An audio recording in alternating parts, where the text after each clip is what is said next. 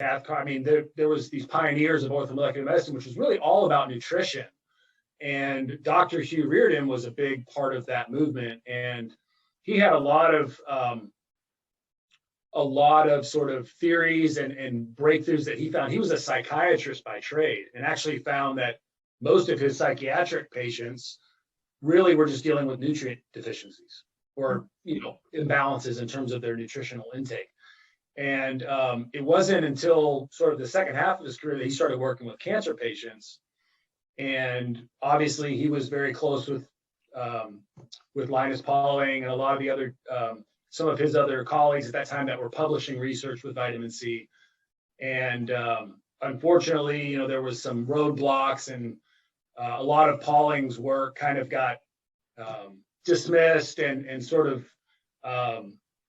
really just kind of it sort of got pushed away by some studies that were almost put out as like hit pieces by the Mayo Clinic. And so there was a drop in momentum with IV vitamin C, but Dr. Riordan kind of picked up that baton again in the 90s with his RECNAC research studies, which is really what established the modern day protocols and sort of safe use of IV vitamin C for cancer patients, both as an adjunctive therapy and as a standalone therapy. And so his primary research that was done in the 90s, we've continued to build upon that. Unfortunately, we lost Dr. Riordan in the early 2000s, but we've had a lot of other people that have come through the Riordan Clinic and leadership that have continued to kind of keep that ball rolling in terms of doing more research. And what we've discovered is that the original research Dr. Riordan did, just to kind of set really the foundation of why IV vitamin C is a good tool. We've learned so much more in the last 20 years on other benefits of it. So really, when it started out, it was to help offset sort of a lot of the toxicities that came along with traditional treatments, sort of as a adjunctive or supportive tool. But what we've figured out since then with further research is that it actually has the ability to kill cancer cells on its own, particularly cancer stem cells, which are the ones that tend to keep coming back despite the traditional treatments. They're kind of the tumor initiating type cells, and they're very hard to kill. And actually, the latest research with IV vitamin C is actually showing that we're not really necessarily killing these cells, we're actually rehabilitating these cells by repairing the DNA damage and the mitochondrial dysfunction within these cells.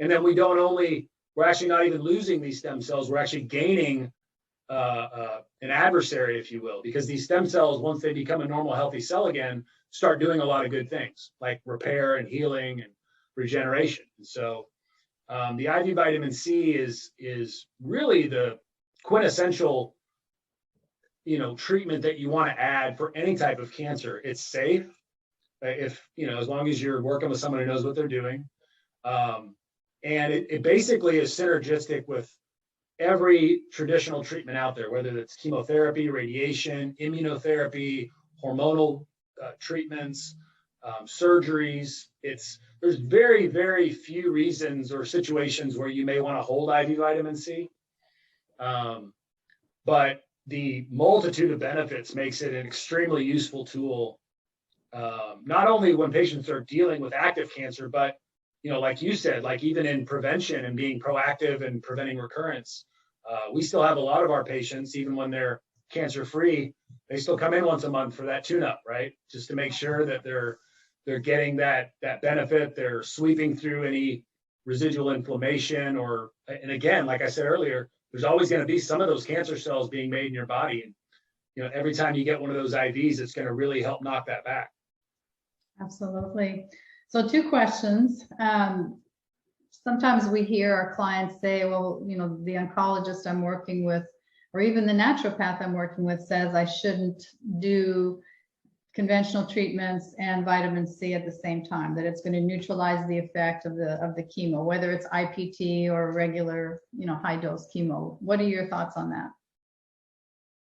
Well, like I said, there's very few situations where you wouldn't want to do IV vitamin C. Obviously, if there's, if patients have fluid overload type situations, that can be a concern. If patients have problematic kidneys, if their kidneys aren't functioning well, if they have a G6PD mutation. And then there's a few types of chemotherapy that are mostly used in like multiple myeloma, proteasome inhibitors, basically, where IV vitamin C has been shown to maybe worsen some of the side effects temporarily. So again, outside of those, which, those are real issues that do come up in cancer patients, but they're very few and far between. Literally every other chemotherapy type agent, immunotherapy agent, like I said, we've got recent studies in the last 3 or 4 years combining IV vitamin C with radiation, showing that it enhances the effects and decreases the toxicity. That's what the overwhelming majority, we're talking hundreds of clinical trials that have been done. I mean, this is not like, a few papers. We're talking about a massive amount of data that all points to this is good, this is safe, this improves the outcomes across the board for patients. That's awesome. Now, another question that comes up is what is the vitamin C made out of? What is the root source? Is it beet or corn, or there's something else? But is there a difference for you, or? There's a difference for us. Our product that we use is 100% never corn-based. And not just GMO corn, but any corn, because pretty much all corn now has an issue with it. And so we always use a non-corn based vitamin C. I would say most of the clinics that are doing IV vitamin C and know what they're doing are following that same principle. But every now and then, it's a good thing for patients to be aware of and to ask about. Most of the vitamin C that we get comes from tapioca or beets. It's usually a blend of those two, just depending on resources and things like that. But we use mostly commercial products that are, verified, non-corn based. Sometimes, like during the pandemic, when there were shortages, we did have to lean on individual compounding pharmacies. And for them, we had to set up kind of those provisions where it's like, hey, we're fine using your product, but we have to make sure that it's coming from a non-corn based source. And so it's a good idea for patients and just individuals in general to know about that, because that's one thing I would make sure if you're going to do IV vitamin C is that it's not coming from a corn-based source. Great, good to know. Now, one thing that I learned going through my second healing journey through the Riordan Clinic was kind of the vitamin C threshold, the tumor lysing range after you have your vitamin C IV, to have your blood drawn and check your vitamin C serum level. So explain to us why that's so important. Yeah, and this was actually part of kind of the second phase of Dr. Riordan's RECNAC research, which was really all around dosing. It was, first like establishing the safety and then the dosing. And so the dosing turns out is really important, because when Dr. Riordan did his studies with all the different lines of cancer cells, everything from prostate to breast to brain, leukemia, he only really saw the full cytotoxic effect of IV vitamin C once you reached a certain concentration in the bloodstream, which is it's 350 milligrams per deciliter, basically, is the concentration. So that 350 to 450 range is kind of that therapeutic window that you want to try to achieve. There's not really much benefit to go above and beyond that. Actually, there's even some evidence that if you go above 450, it can cause too much oxidative stress in the body, and you might have diminishing returns at that point. So the dosing really matters. And the kicker is that what might create that concentration in my body is different than the dose that might create that concentration in your body. And so you really have to treat each patient as an N of 1 and put them through some different dose titrations and test their blood directly after the IV to see if you're getting them into that range. And so what we find often is a lot of clinics will just, across the board, give everybody 50 grams of IV vitamin C or 60 grams or whatever their kind of just comfortable dose is. And, maybe for half of those patients, that's getting them into that range, but for a good chunk of them, it's not. And they're not really realizing the full benefit of the IV vitamin C, unfortunately. Yeah, that was a big lesson for me because I was doing 50, and then once I learned about this and I tested my blood, I had to go up to 100, which it didn't take me long to stay. You know, I stayed at 100 maybe for 3 weeks, 4 weeks, Right. and I was able to cut back down. Exactly. Yeah. Yeah, it doesn't, it's not set in stone. And that's why we recommend once a month rechecking, even once you've established that initial target dose, Mhm. you want to periodically recheck that because oftentimes over time you can drop the dose down once you've brought the inflammation levels down or brought the tumor burden down. Oftentimes you don't need as much. Yeah, it was great learning. All right, so vitamin C is one of the main things that you do there, but there's so many other things that you do at the clinic. Mistletoe is another one. Now, explain why mistletoe works so well in conjunction with cancer. Well, mistletoe is, to me, it's sort of that missing piece in terms of how do we increase the body's capacity to deal with cancer on its own, right? And so really what I'm getting at there is your immune system. And so the mistletoe is sort of that missing piece in terms of ramping up the immune system to the point where your body's getting rid of as much cancer on its own as it can. And that really long term for cancer patients, and even early on, if you're not taking advantage of your body's own ability to get rid of cancer, you're missing a huge chance to have a good outcome or get rid of a lot of maybe a tumor burden. Now, at the same time, sort of like IV vitamin C, mistletoe offers a lot of adjunctive support when patients are going through treatment. One of the main toxicities of chemotherapy and radiation is immune suppression.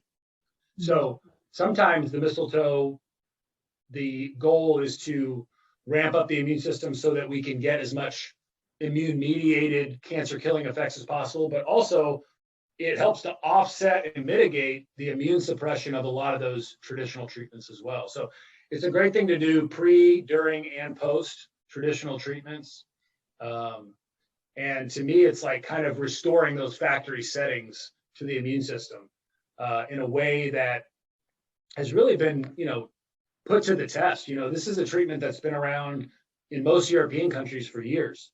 It's an approved therapy in at least a handful of European countries, meaning, traditional oncologists, patients going through traditional cancer treatments are being recommended and prescribed mistletoe alongside that.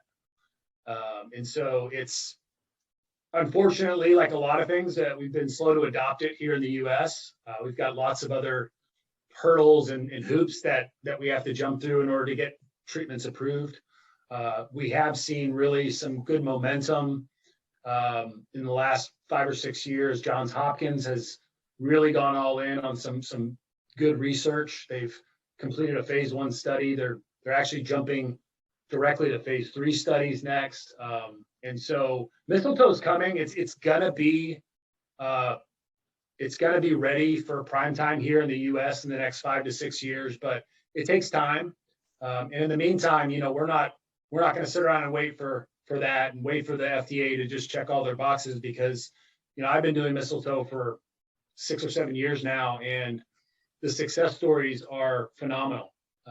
You can really tell sometimes for some patients, getting that mistletoe in the mix is just that missing ingredient that they needed to get their own body engaged in this whole thing.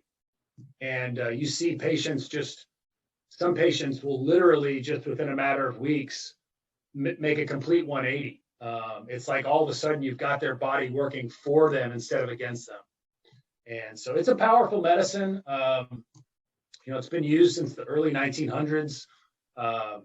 There's a whole group of doctors mostly in Germany and Switzerland called anthroposophic doctors that are like very like mistletoe is their main focus and their main therapy that they utilize. And the history on it goes back decades, and there's lots of information online. And there's more and more doctors in the US that are jumping on board too, because of, they're seeing firsthand. I mean, I get doctors that call me weekly, at least once a week, asking for information on mistletoe. How do I learn how to do this? I want to incorporate this in my practice. And, it's the word is spreading. That's great. I just want to grab this book here. Well, talking about mistletoe, I just got this book from Dr. Yes. Nisha Winters and Yes. Stephen Johnson. Yep, I got that up there myself.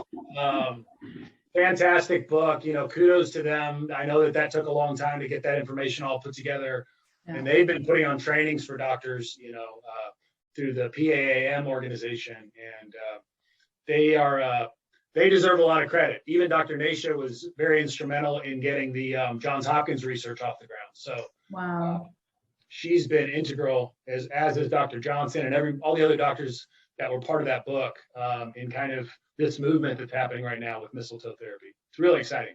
Yeah, she's a rock star in my book. I consulted with her during my second healing journey, which was a privilege because she doesn't do that anymore. And she's lectured with me on some of my retreats, and really appreciate all the work that she's doing. So, yeah.